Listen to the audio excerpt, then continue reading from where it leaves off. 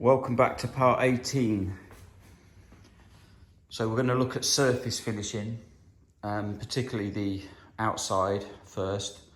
So we're going to look at filling over the screw heads in the lid, or you might have pin jaws. We're just going to prepare it for finishing, mask it off, and talk about different surface finishes.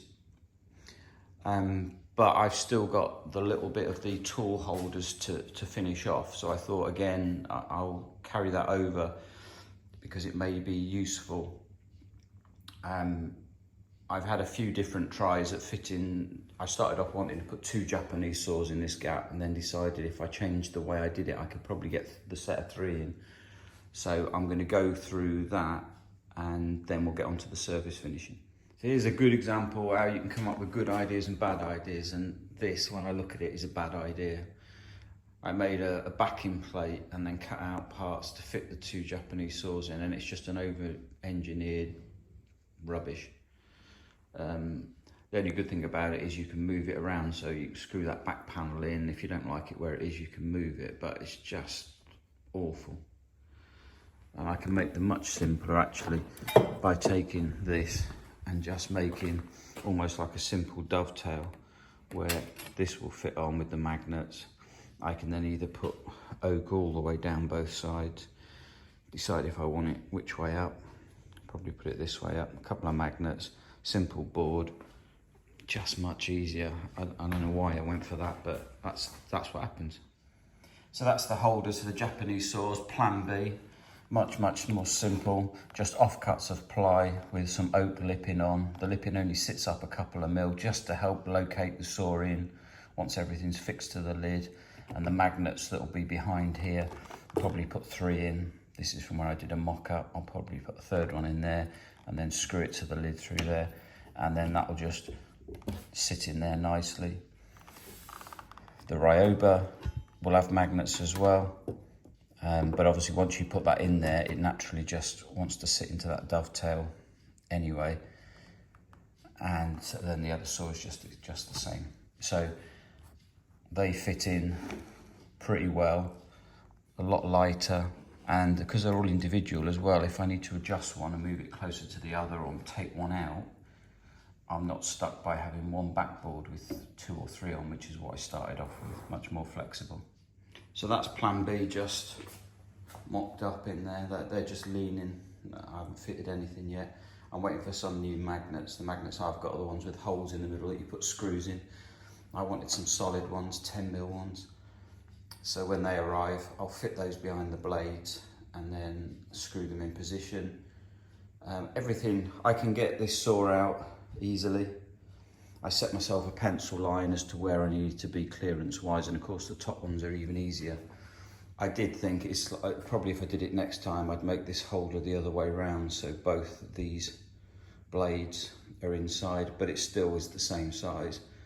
What you could do though is invert everything, so have the Ryoba down and these 2 up, because that means that what you'll have here is a handle and not a holder. So if ever you did have a problem, you've only got to remove that saw. Whereas if I remove that saw now, the holder is still there. But it's not an issue for me, and I actually quite like, I can't bring myself to turn this one round. I like the gravity of putting that in to that dovetail, and it just holds anyway. So they're not lined up perfectly at the minute, but once they're all screwed in, and they've all got oak trims, so once they've got oil on them, the same as the saw holders, they'll look really nice. Looking again at what you can do with the dividers in your trays, all I've done is cut some of the offcut that was ripped off. There's a bit of 18mm, a bit of 12mm, cut it to the height that I want. That's just in there dry at the minute. It's under pressure. Just on a tighter fit, but I can just take it out, but I can always put a couple of pins in it. And I'm just thinking I can make a little chisel tray to go in the top of there, so that I can lift the chisel tray onto the bench to use, and then I can store something else underneath. So it doubles up storage. If I don't like it, I can just take it out.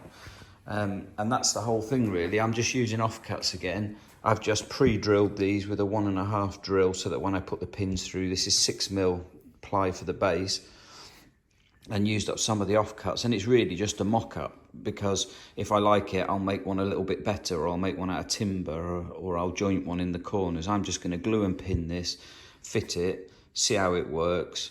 And then I might make another one for marking out tools, so that marking out tools can be lifted onto the bench as well. And it just means everything sits a little bit steadier in the tool chest when it's being moved. You're not having to keep going backwards and forwards. You can lift out the box onto your bench while you're working. So I've put the box together and it works really well. I'll put some dividers in here to stop the chisels moving, but there's a couple of holes there so you can just lift out. You can put that on your bench when you're working. You can keep pieces underneath here that you don't use that often, or you can put whatever you want under there. And then this will then just slots back in.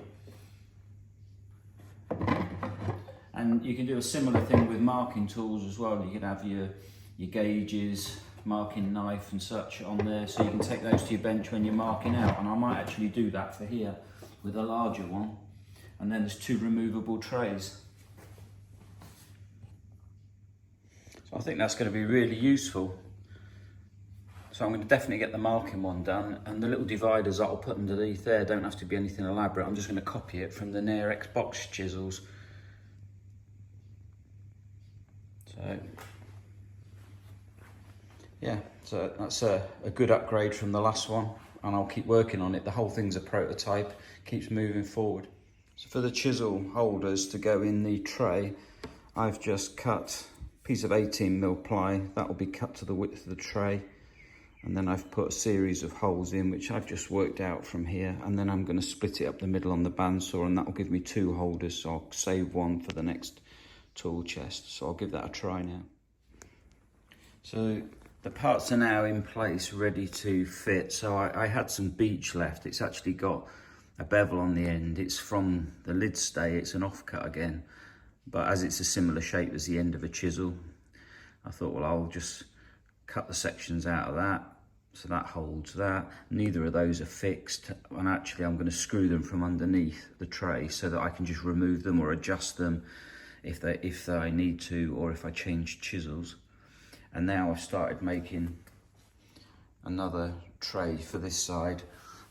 So I've got the base ready to go, and that one's going to be for marking out tools. So I know I keep saying I'm going to get onto finishing, but actually getting the inside kitted out nicely before and coming up with ideas, one, makes the tool chest much more usable, and secondly, it's good fun as well. So I'm going to crack on with this other tray, a removable tray with marking out tools in it, so that can be taken to the bench. And I promise I will get onto surface finishing, but if any of you are at that stage already, I'll be doubtful. Well, I've made the extra tray, so I've got the tray now for marking out tools. I've just put a bit of grip mat in the bottom of that for the moment, and I'll just put the vernier gauge, a few other marking out tools in there, and see how the layout goes. I've got the chisel tray that's removable. The magnets have just turned up for the Japanese saw holders, so I've just mixed up a bit of glue, and I'm going to glue the magnets in, and then I'm going to get the Japanese saws on the back of there, and then that's about all I'm doing to the interior. Okay, so let's fit the final tool holders, the 3 Japanese saws in this gap here. I've pushed the tool chest out because I've got a traditional tool chest course going on at the minute. So I epoxied the magnets into the holders, and they work well, you know, so this fits in. I've got 2 countersunk holes there so that I can position them in.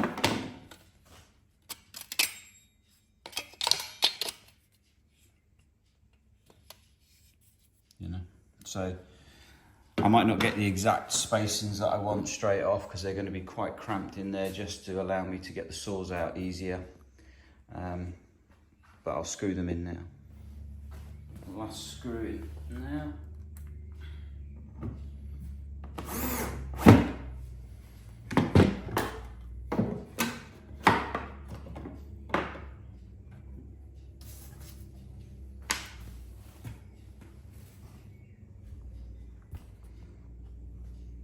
That's everything in. That's 3 Western saws, 3 Japanese saws, the new concept, chisel tray and removable tray for marking out. So when I come back with part 19, it's definitely going to be surface finishing. So thanks for sticking with it. Thanks for watching part 18. Hope you get the interior of yours kitted out to suit your toolkit and the way you want it. Everything that I've put in there I can move around if I'm not happy after I use it for a while, or if students use it and it's awkward, I'll change it. So I'll see you in part 19 for surface finishing. And now I've got people turning up for day 5 of tool chest making, so I better crack on. I'll see you in the next part. Thank you.